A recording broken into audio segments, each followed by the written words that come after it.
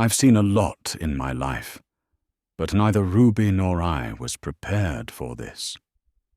A woman lay thrashing on the bed. She moved with difficulty, her head lolling from side to side. Only the remnants of her clothing covered her body, enough to suggest she'd once worked in a bistro or somewhere similar. Her hands were bound to the bed like a slave's, and her stomach was the size of a massive sack. Her skin was stretched paper-thin, the veins beneath it looking as if they were about to rupture. The light reflected off it like a taut, translucent membrane. It was so large that a full-grown man could have fit inside it. I couldn't speak. I just stood there, staring. And I wish, dear God, I wish that Ruby had stayed frozen too. "What the fuck?" Ruby gasped in horror. I reached for her hand, trying to stop her from moving, but she recoiled in fear. Out of the corner of my eye, I saw her back into the crowd behind us. While we stood there, stunned by the woman on the bed, those things from outside had crept up behind us. "Fuck you! Let go of me!" Ruby screamed. Chaos broke loose. Everything accelerated. I spun around, grabbed Ruby's arm, and pulled her close to me. With my other hand, I shoved away a short, lipless figure that lunged toward us. The crowd stayed clustered in the doorway, unmoving. I kept hold of Ruby, backing away from both the door and the grotesquely swollen woman. "All right, everyone, back!" I shouted, trying to mask my terror. "Easy now," Reginald said calmly from beside the bed. "Just help my wife. Nothing bad will happen. It's your duty to help those in need." "Like hell it is," I snapped. "I don't know what the fuck you're doing here, but we're leaving." "Now?" Reginald stared at me, eyes wide. Shock washed over his face, as if it had never occurred to him that I might refuse. "You can't do that," he burst out. "This woman has carried the Lord of Worlds for 3 years. You can't abandon her now." Ruby and I kept backing away until we were nearly against the wall. The crowd responded to the argument by pushing farther into the room. "Jacob," Ruby whispered beside me, pointing at the woman on the bed. Only then did I see it too, and so did Reginald, who had been standing at her side. The woman's stomach rippled, her face twisted in agony, sweat beading on her forehead as her skin went pale. The signs were unmistakable. It was starting. "No, no!" Reginald cried out in panic. "Not yet!" He pressed his head against the stretched membrane of her stomach, listening for movement inside. "Ah!" The bound woman screamed in pain. Blood exploded from between her legs, spraying everywhere.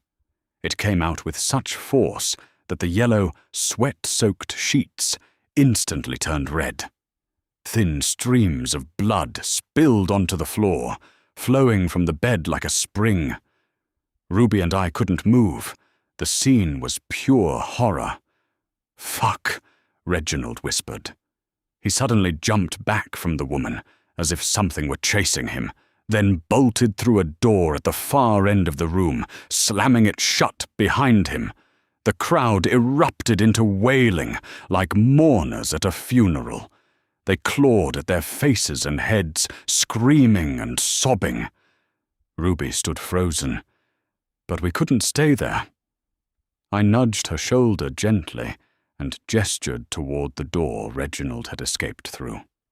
I tried to slip between the bed and the crowd while they were lost in their collective hysteria. Then something appeared. Between the dead woman's legs, a hand emerged, grabbing her thigh and pulling itself free. A figure began to crawl out. It had no skin.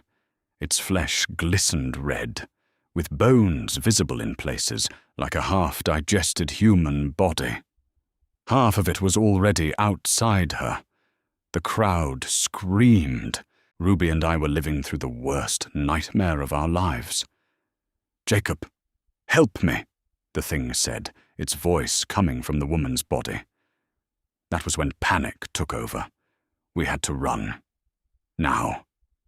I bolted for the door, dragging Ruby with me. The crowd surged forward, pouring after us like a living tide. Everything blurred, spinning out of control. I slammed into the door, locked. I caught one terrified glance from Ruby. Then I threw myself at it again. The rotting wood gave way, and I crashed into the next room. Ruby stumbled in after me. But something was wrong. Ruby staggered. Blood spread across her white uniform. A knife was buried in her side. Her face went pale, and maybe fueled by adrenaline, she managed a few more steps before collapsing in the middle of the room. "No!" I screamed. A one-eyed, pig-faced figure stood in the doorway, glaring at me. I hit him so hard I saw blood spray from his nose onto the doorframe. The crowd kept pushing forward. An enormous woman with no nose charged me. I kicked her square in the chest. She flew backward, knocking others down with her. I jumped back into the room and slammed the door shut. I braced it, then spotted a heavy wardrobe right beside it.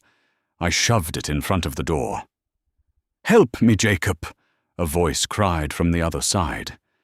It was the thing that had just been born. I leaned into the wardrobe, holding the door shut as fists slammed against it from outside. They howled and pounded like animals. My eyes dropped to Ruby lying on the floor. The pool of blood beneath her kept growing. Panic flooded me. "Ruby!" I shouted. "Ruby, wake up! Don't do this to me!" She didn't move. The knife was buried deep in her side. I left the door and rushed to her. Her pulse was barely there. Her face was growing paler by the second. Blood seeped from around the blade. The jump bag was still by the bed in the other room. "Dispatch! This is Ambulance 18! I yelled into my radio. "Send backup! Anyone! Police! Ambulances! A medic is down!" The radio crackled, then went dead. No response. "Dispatch!" I screamed, already crying. The door creaked as the wardrobe was pushed aside. Hands forced their way through the gap. A man's blood-red face tried to squeeze through, screaming and snarling. "Ruby, please, don't do this to me!" I sobbed. I didn't get to finish. The door burst open. The twisted figures flooded in. A tall, thin man lunged at me. I tore him off and slammed him to the floor. Survival instinct and raw rage fought together inside me. I misjudged a strike and crushed a woman's throat. She collapsed, choking. Another man slammed into my side and knocked me away. A third landed a heavy blow to my face. I staggered but stayed upright. I had to. Another figure grabbed my throat with both hands and started choking me. I drove my fist into his stomach. He doubled over, clutching himself. Two men rushed me at once. One clawed at my face like an animal, filthy nails tearing into my skin. The other latched onto me like dead weight.